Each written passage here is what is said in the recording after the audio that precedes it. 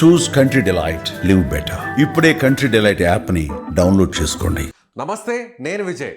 India Pakistan final match చాలా హోరాహోరీగా జరిగింది. నరాలు తెగే ఉత్కంఠతను రేపింది. అయితే ఇప్పుడు ఇండియా పాకిస్తాన్ మ్యాచ్ ఇంత హోరాహోరీగా మారుతుంది. చివరికి ఇండియానే గెలుస్తుంది. టాస్ కూడా ఇండియానే గెలుస్తుందని ప్రముఖ జ్యోతిష్య నిపుణులు కృష్ణమాచార్యులు గారు నిన్న సుమన్ టీవీతో నాతో మాట్లాడారు. ఒకసారి నేరుగా ఆయనతో మాట్లాడదాం. నిన్న చేసినటువంటి ఆ వీడియో కూడా ముందు ఒకసారి మీకోసం ప్లే చేసి చూపిస్తాను. గురుగారు, ఎవరు గెలిచే అవకాశాలు ఉన్నాయి? జ్యోతిష శాస్త్రం ఏం చెబుతుంది? జై వీరబ్రహ్మ జై గోవింద బ్రహ్మ జై. వచ్చినటువంటి ఫలితం 4. ఇది రాహు సంబంధమైనటువంటి ఫలితం. భారతదేశం తన సమీప ప్రత్యర్థి దేశమైన దాని మీద హోరాహోరీగా తలపడ్డప్పటికీ కూడా విజయం సాధించేటువంటి అవకాశం ఉంది. టాస్ ఎవరికి అనుకూలంగా మారే అవకాశం ఉందంటారు మీ గవ్వల పంచాంగం ప్రకారం? జై వీరబ్రహ్మ జై గోవింద బ్రహ్మ జై. వచ్చినటువంటి ఫలితం టాస్ గెలిచేటువంటి అవకాశాలు చాలా ఎక్కువగా ఉంటాయి. ఇక కృష్ణమాచార్యులు గారితో మాట్లాడదాం. నమస్తే గురుగారు. జై వీరబ్రహ్మ జై గోవింద బ్రహ్మ జై. సార్ నమస్తే సార్. గురువు గారు, 2 మ్యాచ్ల్ని అవలేలుగా గెలిచేశాం పాకిస్తాన్ మీద, లీగ్ దశలో అలాగే సూపర్ 4 మ్యాచ్లో కూడా. అయితే ఇప్పుడు ఫైనల్ మ్యాచ్లో అందరూ కూడా ఇండియా చాలా ఈజీగా గెలిచేస్తుంది పాకిస్తాన్ మీద అని అనుకున్నారు. కానీ మీరు నిన్న చెప్పినటువంటి ఆ జ్యోతిష్యంలో చాలా టఫ్గా మారుతుంది, రాహు అక్కడ ఉన్నాడు, సో హోరాహోరీ మ్యాచ్ అయినా కూడా చివరికి గెలిచేది ఇండియా అన్నారు. ఎలా అది కాస్త చెప్పగలరా? ఒక వ్యక్తి యొక్క భూతభవిత వర్తమానాలు తెలియజేసే జ్యోతిషాస్త్రం చాలా అద్భుతమైంది. కానీ ఓ వ్యక్తి, ఓ వ్యవస్థ, ఓ రాష్ట్రం, ఓ దేశం యావత్ ప్రపంచ భవితను ముందుగానే ఊహిస్తే, కాలచక్రంతో సహా వివరించగలిగితే అటువంటి అద్భుతమైన ఫలితాలు చెప్పగలిగిన మహనీయులు, అవతార పురుషులు జగద్గురు శ్రీమద్ విరాట్ పోతులూరి వీరబ్రహ్మేంద్ర స్వాముల వారు. అటువంటి గురుదేవులు వీరబ్రహ్మేంద్ర స్వాముల వారి యొక్క ఉపాసన ఫలితంగా మాకు సంప్రాప్తించినటువంటి గవ్వ ప్రశ్న, ఈ గవ్వ ప్రశ్న, గవ్వ పంచాంగం ద్వారా ఎన్నో సంచలనమైనటువంటి విషయాల్ని ఇదే సుమన్ టీవీ వేదికగా ఎన్నో రాజకీయపరమైనటువంటి సంచలనమైనటువంటి విషయాల్ని కూడా మనం తెలుసుకున్నాం. నిన్నటి రోజు మ్యాచ్ అవ్వక మునుపు ఒక్కరోజు ముందుగానే మనం గ్రహగతుల్ని అంచనా వేసి ఏ విధమైనటువంటి ఫలితం రాబోతుందన్నటువంటి విషయాన్ని గురించి మనం తెలుసుకున్నటువంటి సందర్భంలో మ్యాచ్ యొక్క పరిస్థితి ఎలా ఉండబోతుంది అంటే, రాహువుకు సంబంధించినటువంటి 4 నంబర్ వచ్చింది. నేను ఆన్లైన్లో అందుబాటులో ఉన్నాను. ఒకవేళ స్టూడియోలో ఉంటే కనుక ఆ గవ్వ ప్రశ్నను కూడా మనము ప్రేక్షకులందరికీ కూడా చూపించేటువంటి అవకాశం ఉండేది. పర్వాలేదు, ఈసారి మనం ఖచ్చితంగా వాటిని స్టూడియోలో రికార్డ్ చేసే ప్రయత్నం కూడా చేద్దాం. ఆ 4 అన్నటువంటి సంఖ్య రాహువుకు సంబంధించింది. ఇదే పరిస్థితి 2019 ఎన్నికల్లో, అలాగే 2024 ఎన్నికలకు సంబంధించినటువంటి అంశాలు సుమన్ టీవీ వేదికగా వేసినప్పుడు కూడా కొన్ని సంచలనమైనటువంటి విషయాలు నేను చెప్పడం జరిగింది. నిన్నటి రోజు దాయాద్ దేశమైనటువంటి పాకిస్తాన్తో ఆసియా కప్ ఫైనల్లో, నాకు తెలిసి ఇది కూడా 40-41 సంవత్సరాల తర్వాత జరిగినటువంటి మొట్టమొదటి ఫైనల్ వాళ్ళకి మనకి. ఎప్పుడు కూడా ఈ 41 ఏళ్లలో 40 ఏళ్లలో 4 దశాబ్దాల్లో ఇండియా పాకిస్తాన్ ఎప్పుడు కూడా ఫైనల్కి 2 కూడా వచ్చి తలపట్టం అనేటువంటిది ఇప్పటి వరకు కూడా జరగలేదు. ఇలాంటి సందర్భంలో పాకిస్తాన్తో ఇండియా గెలుస్తుందా లేదా అన్నటువంటి ప్రశ్న మనం వేసినటువంటి సందర్భంలో మనకు వచ్చినటువంటిది 4 రాహు సంఖ్య. అంటే దాని యొక్క అర్థం ఏంటంటే, రాహు మాయా స్వరూపుడు, విజయం అన్నటువంటిది ఎటువైపోయినా దూబూచులాడేటువంటి అవకాశం ఉంది. మనం అనుకున్నంత సులువుగా పరిస్థితులు అన్నటువంటి ఉండకపోవచ్చు. అతి సులభంగా గెలిచాం గతంలో, లేదా వాళ్ళ మీద మంచి ట్రాక్ రికార్డు ఉండొచ్చు, లేదా అతి సులభంగా జరగచ్చు అనుకున్నటువంటి పనులు కూడా మాయా స్వరూపుడైనటువంటి రాహువు ఏ విధంగానైనా చేసేటువంటి అవకాశం ఉంది అని వచ్చింది. అందుకని నేను చెప్పాను, విజయం అన్నటువంటిది నల్లేరు మీద నడకైతే కాదు, చాలా ఉత్కంఠభరితమైనటువంటి పోరును మనం చూడబోతున్నాం. చివరి వరకు కూడా మనకు ఉత్కంఠత అన్నటువంటిది ఉంటుంది. కానీ చివరి నిమిషంలో భారత్ గెలిచే అవకాశం ఉంది.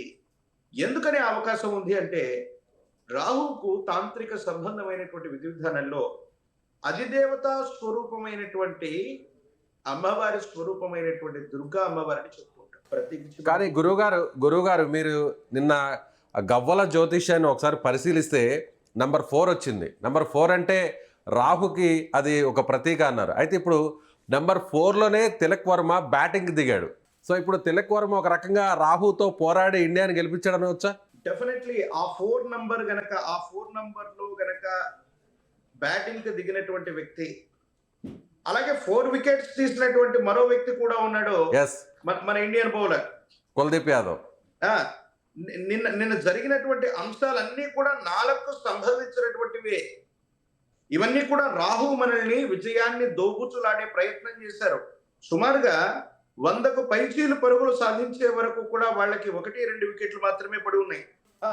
ఆ తర్వాత జరిగినటువంటి తదనంతరం 4 వికెట్లు తీసినటువంటి తర్వాత కుల్దీప్ యాదవ్ వాళ్ళ యొక్క బ్యాటింగ్ శ్రేణటువంటి ఇదైంది. అలాగే మీరు చెప్పినట్టుగా 4వ నంబర్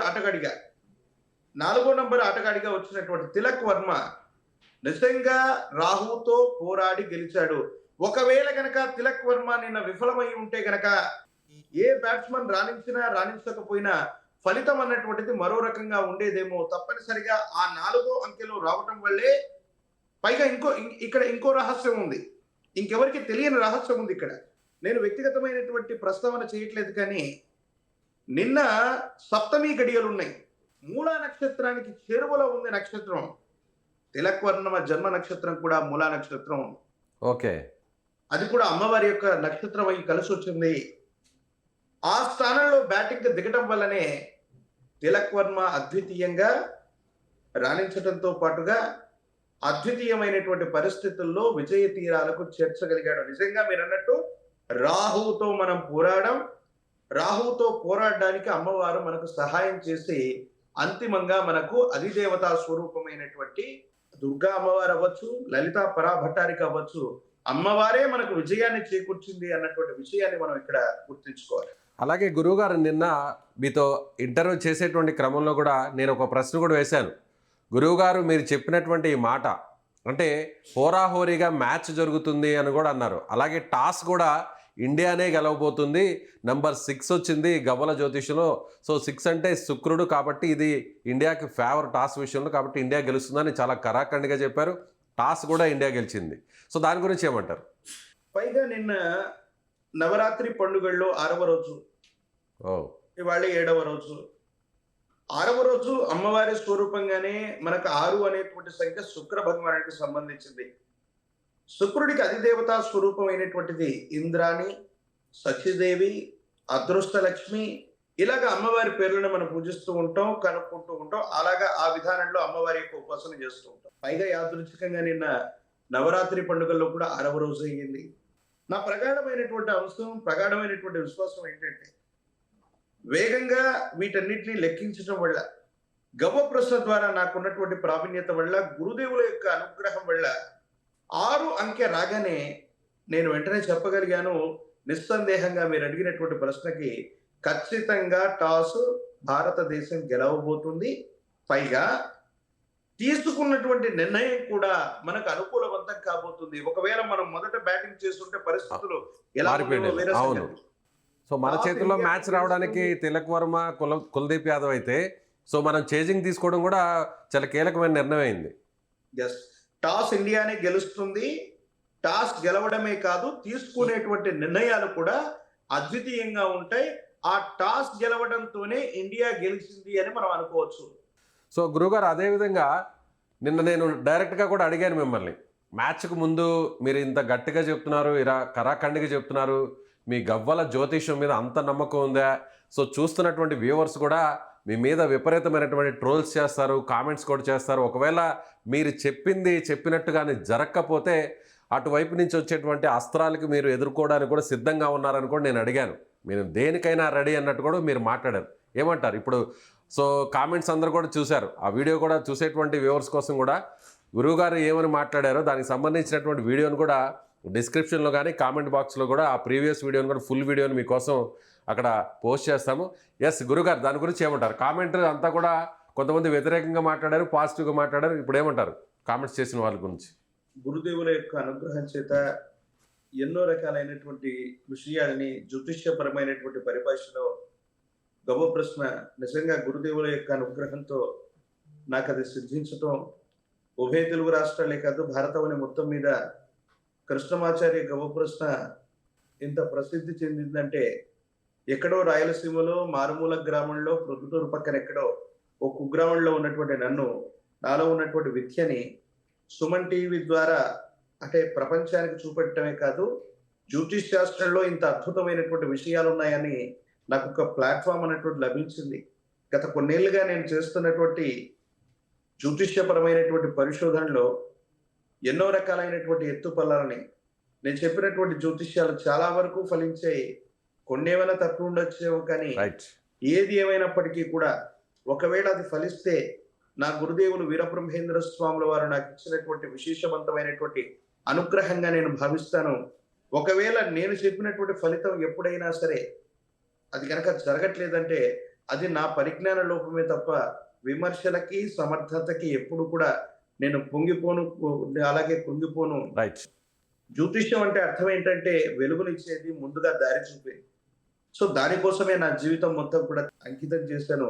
ధన్యవాదాలు గురుగారు.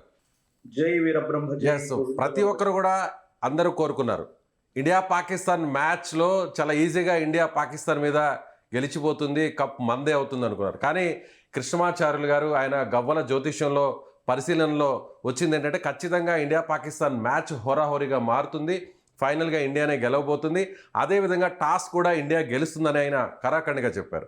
సో మీరేమనుకుంటున్నారు? ఈ వీడియో చూసిన తర్వాత మీ అభిప్రాయం కృష్ణమాచార్యుల గురించి, అదేవిధంగా గవ్వల జ్యోతిష్యం గురించి, అసలు మన ఇండియన్ ప్లేయర్స్ ఈ విధంగా ఆడినటువంటి విధానం గురించి మీ అభిప్రాయాన్ని కామెంట్ బాక్స్లో తెలియచేయండి. Thank you.